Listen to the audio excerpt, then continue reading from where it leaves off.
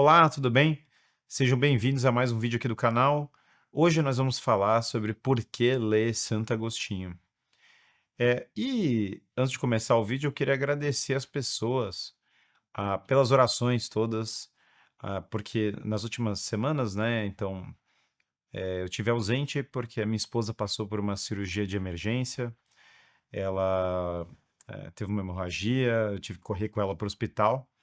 E de fato nós passamos, né? Eu passei 2 semanas ali no hospital cuidando dela e graças a Deus ela se recuperou bem, a minha esposa está bem, minhas filhas estão bem, né? Isso foi uma complicação depois do parto da é, quinta, nossa quinta filha, a terceira menina, né? A quinta criança, que é a Maria. E então as últimas semanas queria agradecer a Deus mesmo pela vida da minha esposa, pela vida das crianças e pelas orações de todas as pessoas. Para quem tiver curiosidade sobre a história, minha esposa gravou um vídeo sobre isso, então ali ela dá o testemunho dela de forma mais clara, né? Mas é só tirar esses primeiros segundos aqui para agradecer mesmo as pessoas. Indo para o nosso tópico, eu já gravei até um curso de Santo Agostinho lá dentro do Filosofia do Zero, e Santo Agostinho é um tema que me encanta demais, mesmo na época da faculdade, eu lembro que foi um dos principais temas de pesquisa, né? E por que que eu acho que a obra de Santo Agostinho é tão relevante para os dias atuais, né? Então, primeira coisa, tem um contexto da época na qual ele viveu. Santo Agostinho viveu num mundo em crise, assim como nós temos, né, várias coisas colapsando. É um mundo em crise política porque ele vive exatamente naquela época da queda do Império Romano. Então, bem o fim do Império Romano Ocidental. E é uma época de, como ele mesmo conta muito bem, tem uma das maiores obras dele, que é o Cidade de Deus. Ele mostra a crise moral, a crise cultural da época dele. Ele já está extremamente preocupado, né, em lançar as raízes para uma restauração cultural, porque ele tem a sabedoria de falar: olha, o Império Romano vai cair. E ele vai cair pela própria corrupção das pessoas, pela imoralidade, pelo afastamento de Deus. É um dos temas centrais, né, do Cidade de Deus, que existem dois amores, né? Duas cidades são construídas por dois amores diferentes. O amor de Deus até o esquecimento de si mesmo e o amor de si até o esquecimento do divino, de Deus, de tudo que é sagrado. Se a pessoa vive para satisfazer o seu próprio ego e esquece de tudo que é sagrado, ela cria uma cidade, uma civilização, ou uma anti-civilização em alguns aspectos, depravada, destruída e que leva ao colapso mesmo, porque é autocontraditória, porque ela é um foco em princípios maiores do que ela mesma.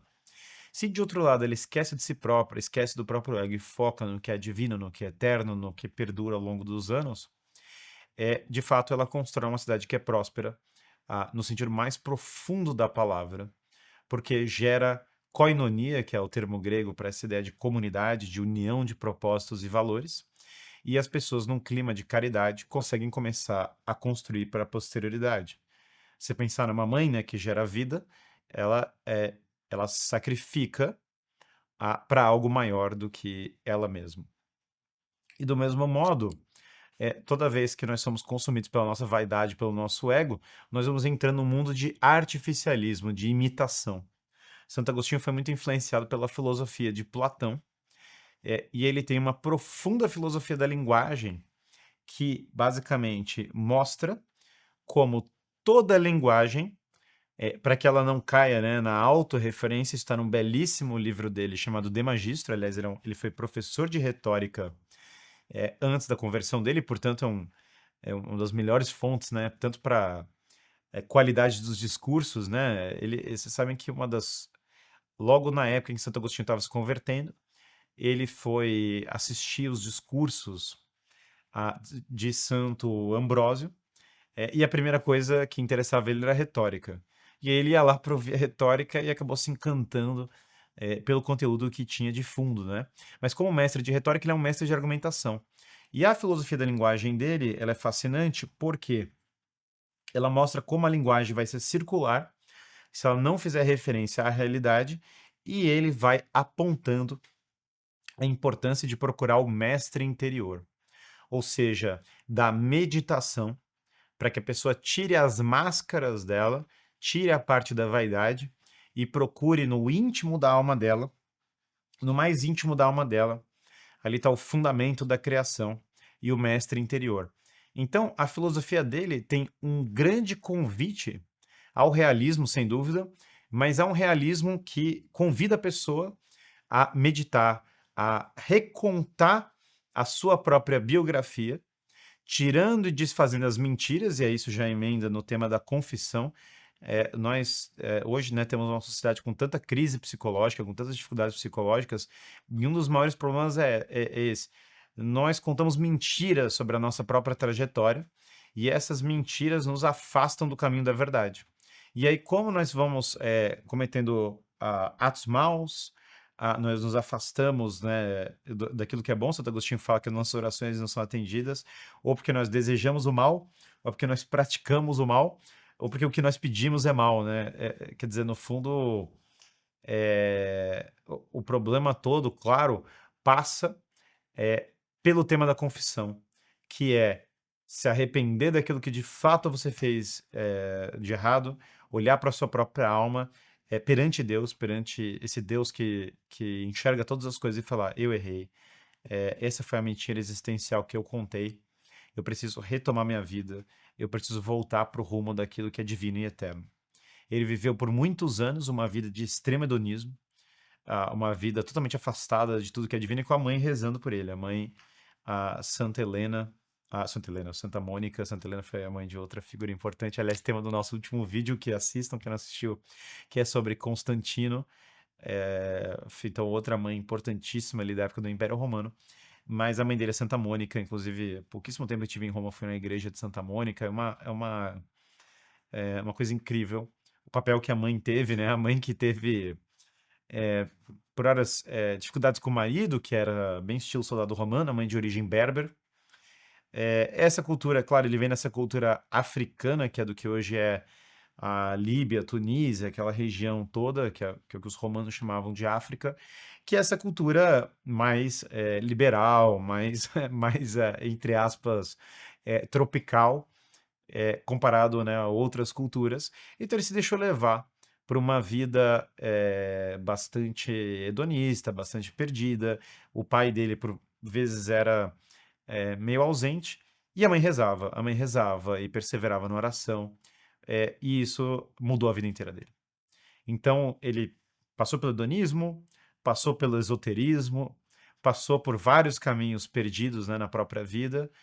Tanto que quando ele se converte, ele tem esse filho, né, que ele teve fora do casamento, que se converte junto com ele, que depois morre, que vai impactar muito a vida dele, que é chamado Adeodato.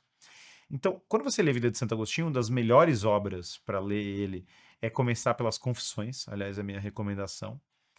Porque, sim, a parte de filosofia do tempo, da memória, que vai ter nas Confissões, que é fascinante, essa, para quem realmente quiser ter uma visão muito profunda sobre tempo, memória, sobre visão. Santo Agostinho foi a base do meu curso de leitura e memória, imagina. Porque, de fato, todos os grandes pedagogos medievais beberam de Santo Agostinho para técnicas de memorização. E se tem uma coisa que beneficiou a minha memória, foi ter lido Santo Agostinho, Hugo de São Vítor, que bebeu muito da obra dele, e ter, de fato, entendido esses exercícios, os palácios da memória, todos esses exercícios de contemplação e a importância da memória, que ele foi um grande defensor da memória, de fato impactam demais.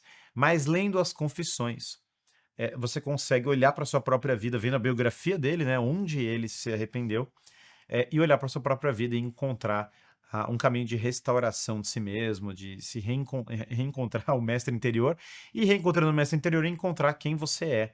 Então, em tempos de crise psicológica, de personalidade dividida, de vazio existencial, Santo Agostinho fala, né, que a nossa vida tem um vazio, mas esse vazio é do tamanho de Deus. Nós temos um coração que ele fica inquieto até o momento em que ele repousa em Deus. E esse coração, exatamente por essa memória da presença ontológica de Deus no ato da criação, esse coração, ele se lembra, existe uma lembrança agostiniana dessa criação. E aí tem uma beleza que tarde te amei, fala ele, ó beleza tão antiga e tão nova, né? Que ele procurou por toda parte, ele procurou nas coisas, mas ela estava com ele o tempo todo. Então, é um grande convite à mudança de vida, a, a que a pessoa tenha, é um convite para que a pessoa tenha, de fato, a capacidade de lidar com uma época de crise, de entender as raízes dessa crise, de contemplar a própria alma, ou entrar no modo contemplativo com a própria alma, melhor dizendo, e olhar para a própria trajetória e recontá-la de uma maneira que ganhe sentido. Então, entre o reforço da memória, o reforço da linguagem, bom, claro, aí, obviamente, para todos aqueles que são cristãos, evidentemente, você está lendo um dos maiores intelectuais da história do cristianismo, possivelmente o segundo maior filósofo da história do cristianismo, depois de São Tomás de Aquino. Ah, possivelmente, bom, São Tomás de Aquino, a pessoa que ele mais se referencia nas obras dele, muitas pessoas pensam que é Aristóteles, mas na verdade é Santo Agostinho. Santo Agostinho é a grande referência de São Tomás de Aquino, é porque ele chama Aristóteles de o filósofo, mas ele chama de Santo Agostinho de o teólogo, que para São Tomás é maior do que o filósofo apenas, né? Então imagina, toda a cultura medieval passou por Santo Agostinho, ele é o arquiteto da cultura medieval, ele é indispensável para a compreensão da obra de São Tomás de Aquino, e mais ainda, quando você vai ler Platão, é incompreensível. é, a- a- não é que é incompreensível a obra de Platão, Santo Agostinho, mas tem tantos insights poderosos que eu tirei de leitura de Platão, de interpretação de Platão mesmo, lendo Santo Agostinho. Porque como ele leva adiante as ideias, ele bebeu de outros pensadores também, sei lá, Plotino, outros pensadores que tinham bebido de Platão também, ele já está numa fase, claro, posterior, e ele é um gênio completo, um gênio não só retórico, mas um entendedor da metafísica muito grande. Você consegue entender de maneira incrível Platão. Então você entende melhor a filosofia, você entende melhor as escrituras quando você lê a Catena Áurea de São Tomás de Aquino, que são os comentários do Evangelho. Poucos comentários são tão eloquentes e tão bons quanto Santo Agostinho. Quando eu tenho dúvidas sobre a compreensão de uma parte da Bíblia, eu vou para a obra de Santo Agostinho. Não tem outra obra, né, sobre o Antigo Testamento, sobre a vida de Moisés. Não tem outra obra, ou tem pouquíssimas, outras obras que iluminem tanto a leitura das Sagradas Escrituras quanto a obra de Santo Agostinho. As cartas dele são um show à parte, uma preocupação com os amigos e uma vontade da conversão deles. E você vê as dificuldades cotidianas, né? Essa é outra vantagem de Santo Agostinho. É muito fácil se relacionar com ele, porque ele está falando sobre briga de galinha, que ele teve que intermediar. Imagina ele já mais velho, como bispo, e ele lá cuidando da briga de galinha, sobre o problema de segurança pública na cidade dele. Quer dizer, você está vendo uma pessoa que é extremamente próxima. Essa cultura do norte da África influenciou muito a cultura da Península Ibérica e, portanto, ela é muito próxima da cultura que moldou o Brasil. Por isso que muitas vezes você lê a obra de Santo Agostinho e parece que você está lendo uma pessoa que vem do Brasil. Claro que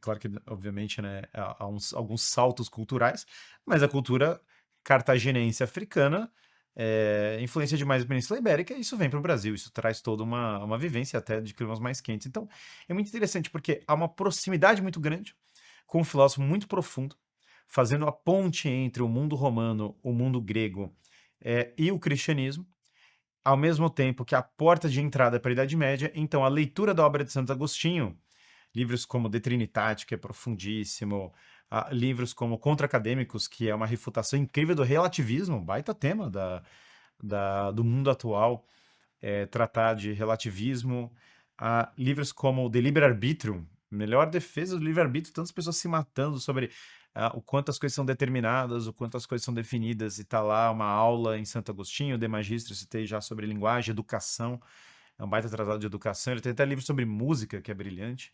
Quer dizer, então você tem uma obra muito vasta, essa obra ajuda no entendimento da Idade Média, do mundo romano, do colapso do Império Romano, do mundo grego, de toda a cultura cristã, de toda a filosofia da linguagem, de toda a filosofia para o estudo, e pode ajudar realmente uma alma em busca de uma psicologia mais profunda, de reflexão e de mudança de vida. Então, fica aqui o meu grande convite para que vocês leiam a obra de Santo Agostinho.